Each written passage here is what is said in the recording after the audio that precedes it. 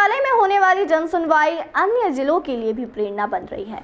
इंदौर में होने वाली जनसुनवाई के जब सकारात्मक परिणाम सामने आने लगे तो मध्य प्रदेश के अन्य जिलों के कलेक्टर भी इसे अख्तियार करने लगे हैं। जनसुनवाई में बैठकर सभी की समस्याएं सुनने लगे। इंदौर की आवाम जैसे कलेक्टर इलैयाराजा टी को मसीहा के रूप में देख रही है, वैसे ही भोपाल की आवाम भी जल्द ही आशीष सिंह को मसीहा 2 के रूप में देखेगी। इंदौर की जनसुनवाई में आने वाले पीड़ितों और बेसहारों की मदद का श्रेय इंदौर कलेक्टर इलैयाराजा टी को जाता है। हर सुनवाई में वो प्रमुख रूप से उपस्थित होते हैं और मजबूरों की समस्याएं सुनते हैं और हर संभव उनकी मदद करते हैं। ऐसे कई मामले पहले भी सामने आए हैं जिसमें इंदौर कलेक्टर इलैयाराजा टी ने गरीबों और दिव्यांगों की मदद की है। इसीलिए इंदौर की आवाम उन्हें मसीहा के रूप में देखती है। एक तरफ जहां अन्य जिलों के कलेक्टर व्यस्त होने के कारण टाइम नहीं निकाल पाते थे, वो भी अब इलैयाराजा टी की जनसुनवाई से इतना प्रेरित हुए हैं कि अब वो भी जनसुनवाई में बैठने लगे हैं और पीड़ितों की समस्या सुनने लगे हैं। इसमें सबसे पहला नाम है भोपाल के कलेक्टर आशीष सिंह का। आशीष सिंह पिछली जनसुनवाई में भी बहुत देर तक बैठे थे और सुनवाई की थी। इस बार भी हुई जनसुनवाई में वो बैठे और मजबूरों की समस्याएं सुनते नजर आए।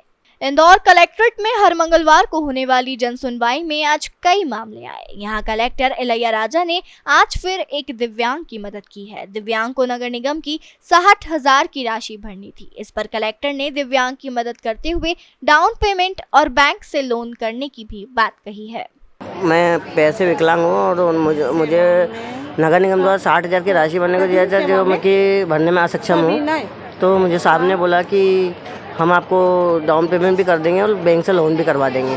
तो आप लोग है ना, बोले अभी उसके लिए अप्लाई करो। बोले से 6 लाख का तो हम 60,000 भी डाउन पेमेंट भर देंगे और वो लोन भी करवा देंगे, आप किस्त भर देना। वो उनकी पूरी परिवार थे, गरीब परिवार है, मतलब उनको मकान की ना आवश्यकता थी। तो रेड क्रॉस की ओर से नगर निगम की ना पहला किस्त है, मतलब 60,000 रुपीज़, वो हम लोग रेड क्रॉस की ओर से दे रहा है। वहीं स्कीम नंबर 71 के सेक्टर डी का भी एक मामला जनसुनवाई में पहुंचा है। यहां पर सर्विस रोड पर मौजूद शराब की दुकान विवाद का कारण है। जहां पर शराब की दुकान है उसके पास 3 स्कूल, हॉस्पिटल, मंदिर और मस्जिद है। यह रास्ता पूरी रात सुनसान रहता है। यहाँ के रहवासी यहाँ पर मौजूद शराब की दुकान को हटाने की मांग कर रहे हैं। कलेक्टर ने जल्द ही दुकान हटाने का आश्वासन दिया है। Sir, scheme number 71 sector D के अंदर सर्विस रोड जो है, सर्विस रोड के ऊपर एक दुकान थी। उसी दुकान के पास में 3 स्कूल है, 2 हॉस्पिटल है, 2 मंदिर है, 1 मस्जिद है और वो सर्विस रोड के ऊपर है, जो सुनसान रात के वक्त में सुनसान रहता है। जिस जगह पर पहले थी उससे ज़्यादा टिपिकल जगह पर आ चुकी है, क्योंकि पहले तो सिर्फ एक गली बाधित हो रही थी, लेकिन अब तो पूरी कॉलोनी बाधित हो रही है। और चूँकि बड़ा प्यारा शांति का टापू हमारा मिक्स आबादी है वहाँ पर, तो उसकी वजह से पहले जो चौहान साहब, जो हमारी संस्था के समिति का अध्यक्ष है बाबू सिंह चौहान साहब, उन लोगों ने सबने जो प्रयास करा, तो मालिनी कौर मैडम ने सबने सहयोग करा और वो शिफ्ट हो गई। लेकिन अब शिफ्ट होकर अब जिस जगह पे दी गई और ज़्यादा टिपिकल हो गई। सिर्फ 5 ही प्लाट का फ़र्क है, ज़्यादा फ़र्क भी नहीं है। और जिससे मुझे मालूम पड़ा है, संभवतः ये भी है कि आईडीए के अंदर की कॉलोनी के अंदर शराब की दुकान खुल भी नहीं सकती है, ऐसे भी कुछ है।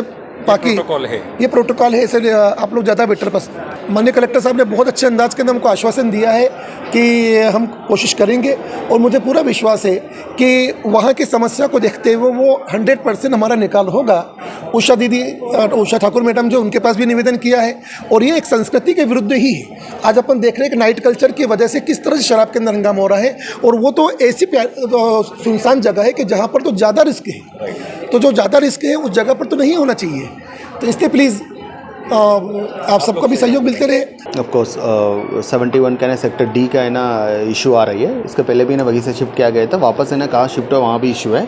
इसको मैं इमीडिएटली एक्सेस डिपार्टमेंट को जांच करने के लिए बोलूँगा, तो आम नागरिक को असुविधा ना हो, यही हमारा है ना उद्देश्य रहेगा। इसके अलावा मीडिया से चर्चा में कलेक्टर ने कहा कि इंदौर जिले को सिल्वर ग्रेड में रखा गया है। इसमें कितने सैंपल कलेक्ट हो रहे हैं, उसमें नोटिस पर कितने करा रहे हैं, मॉडिफाई करने के बाद उनका ट्रीटमेंट उपचार मिल रहे हैं, इसकी ओवरऑल ब्लडिंग होगी। इंदौर जिले का काम हमारी टीम ने बहुत अच्छा किया है। इसके अलावा कलेक्टर ने कोचिंग संचालक से बात कर 1 सप्ताह के अंदर पढ़ाई करने के लिए कोचिंग चालू करने के निर्देश दिए हैं। वहीं गरीब परिवार की मदद को लेकर कलेक्टर ने कहा कि उन्हें मकान की आवश्यकता थी। रेड क्रॉस की ओर से नगर निगम की तरफ से पहले जैसे मदद की है और बैंक के माध्यम से लोन भी कराएंगे। वहीं शहर में आयुष्मान कार्ड को लेकर लोग परेशान हैं। आई थिंक मुझे एक मैटर तो मेरे नॉलेज में ना आया है कि किसने कॉल किया। मैंने इमीडिएटली आयुष्मान भारत है ना कोऑर्डिनेटर को है ना इसको निराकरण करने के लिए कहा है।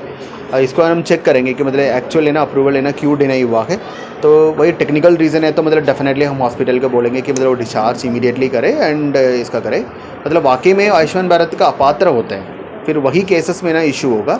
अदरवाइज़ कोई भी टेक्निकल रीज़नों के कारण और कोई अन्य कारणों के कारण आयुष्मान भारत का एलिजिबल बेनिफिशियरी है वो इमीडिएटली एडमिनिस्ट्रेशन है ना इंटरवीन करेगा। उनको हम लोग है ना डिस्चार्ज करा करके हॉस्पिटल को है ना स्पष्ट है ना हम लोग निर्देश देंगे कि आयुष्मान भारत के माध्यम से है ना क्लेम करा दे।